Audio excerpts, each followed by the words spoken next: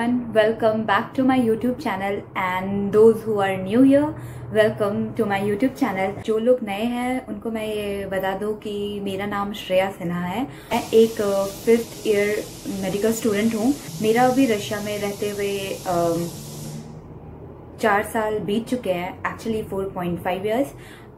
तो फिर आज का जो हमारा जो टॉपिक है वो इस चीज़ से ही रिलेटेड है कि जो कल्चरल शॉक है मुझे वो देखने को मिला इंडिया से रशिया आने के बाद।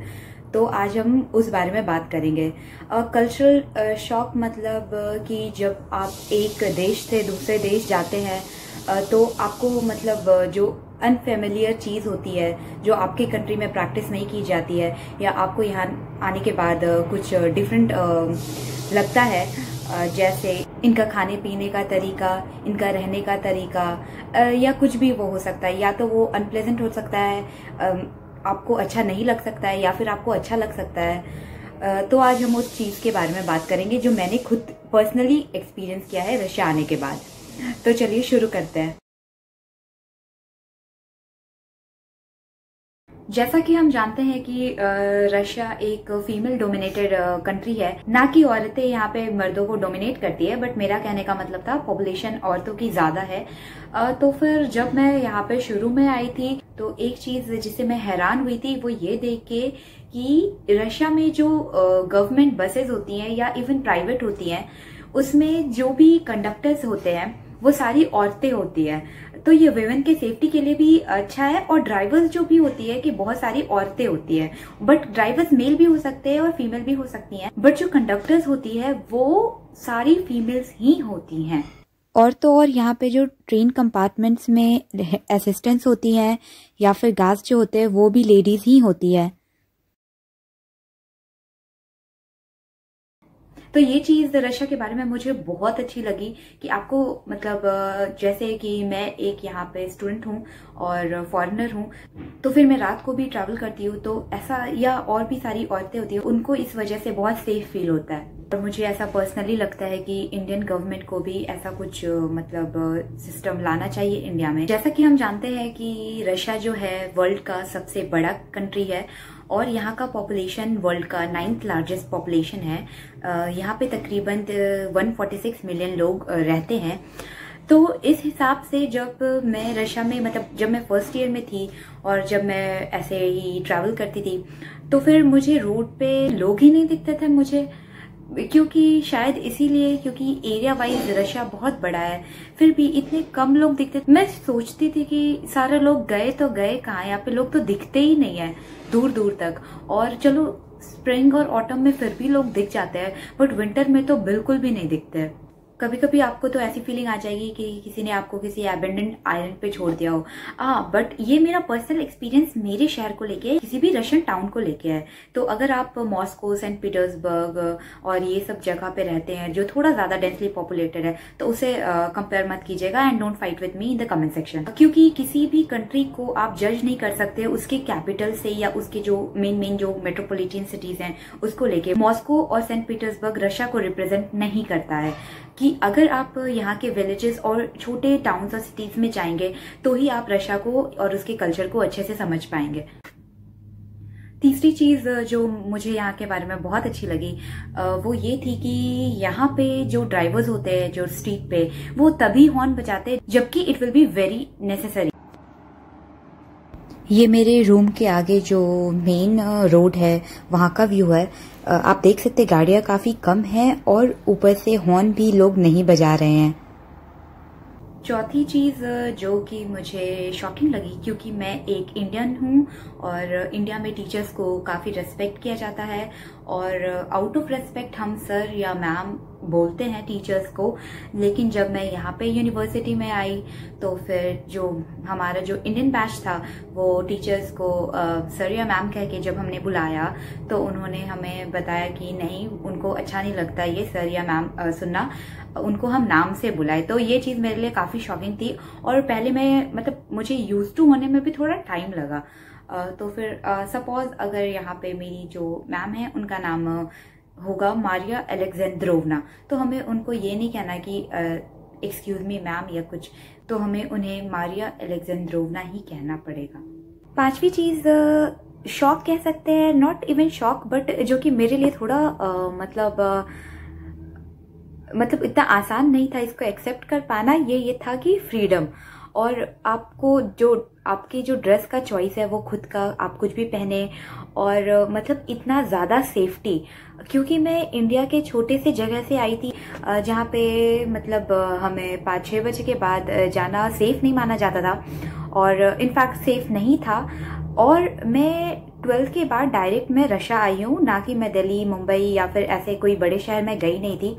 तो फिर जब मैं यहाँ पे आने वाली थी तो फिर ऑब्वियसली सबके घर वाले होते हैं, वो समझाते हैं कि देर तक बाहर मत रहना, सेफ रहना और सब कुछ। तो हमारी जो क्लास होती थी वो शाम की 7, साढ़े 6 बजे, 6:30-7 बजे खत्म होती थी। तो दिसंबर और जनवरी के टाइम काफ़ी मतलब शाम जल्दी हो जाती थी। तो फिर कहीं ना कहीं वो दिमाग में रहता था कि जल्दी जाना है, सेफ रहना है, कहीं कोई पीछा ना करे। अगर मैं अकेले चल भी रही हूँ रोड पे और कोई मेरे पीछे नॉर्मली भी कोई आदमी चल रहा हो, तो मेरे दिमाग में कहीं ना कहीं ये रहता था कि कहीं ये पीछा ना करे। तो फिर वो उस चीज के मतलब यूज टू होने में काफी टाइम लग गया। और यहाँ पे आके ये सबसे अच्छी चीज है, आप कुछ भी पहने, आप कुछ भी करें, यहाँ पे लोगों को आपसे कोई मतलब नहीं होता है। Until and unless you are right, तो आपको कोई कुछ नहीं कर सकता है। 6th चीज जिससे हम सब थोड़े फेमिलियर हैं कि रशिया फेमस है उसके वोडका के लिए और सुंदर लड़कियों के लिए। हाँ, तो ये बात बिल्कुल सही है। Russians are truly fond of vodka, और रशियन लड़कियां काफी खूबसूरत होती है। सच में खूबसूरत के साथ साथ वो सारी काफी हाईली मेंटेन्ड रहती हैं। आप किसी भी रशियन लेडी को देखेंगे, चाहे वो 60 साल की बूढ़ी क्यों ना हो, 60-70 साल की, तो भी उनके नेल्स जो होते हैं काफी एकदम मेंटेन, मैनिक्योर्ड और एक्सटेंशंस के साथ, और रेड लिपस्टिक या जो भी मतलब पूरी मेंटेन रहती है। हाँ, तो ये जो चीज है मैं काफी अप्रिशिएट करती हूँ उनकी, जो अपने आप को मेंटेन रखने वाली और ग्रूम रखने वाली चीज। 7 चीज ये थी कि यहाँ पे ऑफिशियल काम्स में जितने भी डॉक्यूमेंटेशन वाले काम होते हैं दफ्तर में, वहाँ बिल्कुल भी टाइम नहीं लगता, या फिर बैंक में बिल्कुल भी टाइम नहीं लगता। वो लोग आपके सारे काम फटाफट करते हैं और क्यू भी ज्यादा लंबा नहीं होता, और अगर होता भी है तो भी लोग काफी फास्ट काम करते हैं। तो ऑब्वियसली कितना मोनोटोनस होता है लाइन में खड़े रहने, या फिर अगर कोई लेजी वहाँ पे स्टाफ हो, तो ये चीज बहुत अच्छी है। 8 नंबर पे है कि रेंटेड अपार्टमेंट्स। यहाँ पे आप जितने भी रेंटेड अपार्टमेंट्स लेंगे, मतलब आप रेंट पे लेंगे, तो अगर आप 1 BHK लेते हैं तो लोकेशन के हिसाब से ऑब्वियसली तो आपको पड़ जाता है 5-6 हज़ार रुपये आराम से। और साथ में प्लस इंडिया में ये क्या होता है कि वो लोग आपको बेड भी नहीं देते, अगर शायद बेड दे भी दिया तो किचन में कुछ भी नहीं देते हैं, कोई वॉशिंग मशीन नहीं, कोई फ्रिज नहीं। बट यहाँ पे क्या है, यहाँ पे आपको एक स्पून तक वो लोग आपके जो ओनर है वो प्रोवाइड करेंगे। तो यहाँ पे बहुत अच्छी चीज है, और अपार्टमेंट्स इंडिया के कंपैरिजन में बहुत सस्ते में यहाँ पे मिल जाता है, और मतलब पूरे एमिनिटीज के साथ फुली इक्विप्ड। तो बहुत अच्छी बात है यहाँ पे। इंडिया पे तो कुछ मिलता नहीं है, सिवाय आपको फैन भी खुद से खरीदना पड़ेगा और सब कुछ भी। यहाँ पे एक चम्मच तक भी वो देते हैं। तो यहाँ पे मैं मतलब जब अपने फ्रेंड का अपार्टमेंट हम शिफ्ट करवाने वाले थे पहली बार, तो फिर मैं काफी शॉक्ड और बहुत खुश हुई थी। So the 9th one, the thing that Shuk me was कि मुझे लगता था कि सारे शहर में यहाँ पे इंडियन रेस्टोरेंट्स होंगे, तो फिर कोई प्रॉब्लम नहीं होगी कभी कुछ वैसा इंडियन खाने का मन किया तो। बट अनफॉर्चुनेटली यहाँ पे इंडियन रेस्टोरेंट्स काफ़ी कम शहर में है, और मेरे शहर में तो बिल्कुल भी नहीं है। तो इट्स बिन एजेस की मैं कभी इंडियन रेस्टोरेंट में कुछ खाई होंगी। लास्ट ईयर जब मैं मॉस्को गई थी तो फिर मैंने इंडियन रेस्टोरेंट में काफ़ी इंडियन कुछ खाया था, लेकिन तब से अभी 2.5 ईयर्स हो चुका है कि मैं इंडिया नहीं गई हूँ, और मैंने कुछ इंडियन वैसा कुछ बना के मतलब रेस्टोरेंट में बना हुआ खाया नहीं है। और यहाँ पे स्पाइसेस वगैरह भी नहीं मिलते, ना कि इंडियन ग्रोसरी स्टोर है नॉर्मल सिटीज़ में। अगर बड़े बड़े शहर में मिल जाएंगे आपको आराम से, बट काफ़ी एक्सपेंसिव। तो मैं ये एडवाइस करूँगी आप लोग जो यहाँ पे स्टूडेंट्स या फिर कोई आने वाले हैं, तो यहाँ पे अपना स्पाइसेस खुद लेके आए इंडिया से, वो ज़्यादा अच्छा रहेगा। The 10th one is job availability. अगर आप फॉरेनर हैं और आपको अगर रशियन नहीं आती है फ्लुएंटली, तो आप यहाँ पे कोई भी पार्ट टाइम जॉब नहीं कर सकते हैं। तो अगर आप यहाँ रशिया आ रहे हैं और आपके दिमाग में ये है कि आप यहाँ पे पार्ट टाइम जॉब भी कर सकते हैं वेकेशन में या कुछ, क्योंकि मेरे भी दिमाग में ऐसा ही कुछ था। बट मेरी रशियन काफ़ी कमज़ोर है और ऑब्वियसली क्यों ना हो, मेरा मेजर जो लैंग्वेज है वो हिंदी है, फिर सेकेंडरी इंग्लिश है और फिर मेरा रीजनल लैंग्वेज खुद का है और प्लस रशियन। तो अभी इस पॉइंट पे सारा कुछ मिक्स हो गया है, तो I am not comfortable speaking any of the four. तो ऑब्वियसली ये जॉब का जो ऑप्शन है, आपकी रशियन काफ़ी अच्छी होनी चाहिए। जिनकी है वो लोग शायद कर सकते हैं और जिनकी नहीं है वो तो बिल्कुल सोचे भी ना। जो 10वीं चीज़ है जिसने मुझे थोड़ा शॉक किया था, काफ़ी नहीं, क्योंकि मैं जानती थी कि रशिया में इंग्लिश बहुत कम बोली जाती है या ना के बराबर, लेकिन मुझे ये था एक्सपेक्टेशन कि जब मैं मॉस्को जाऊँ कैपिटल तो शायद लोगों को वहाँ पे आएगी, बट वहाँ पे भी बस टूरिस्ट अगर हैं तो उनको आती थी, बाकी नॉर्मल लोगों को नहीं। लेकिन मैं ये चीज़ शायद अप्रिशिएट करती हूँ कि जिन लोगों को भी आती भी थी वो लोग नहीं बोलना चाहते थे, क्योंकि उनका ये था कि तुम हमारे कंट्री आए हो तो तुम रशियन बोलना सीखो।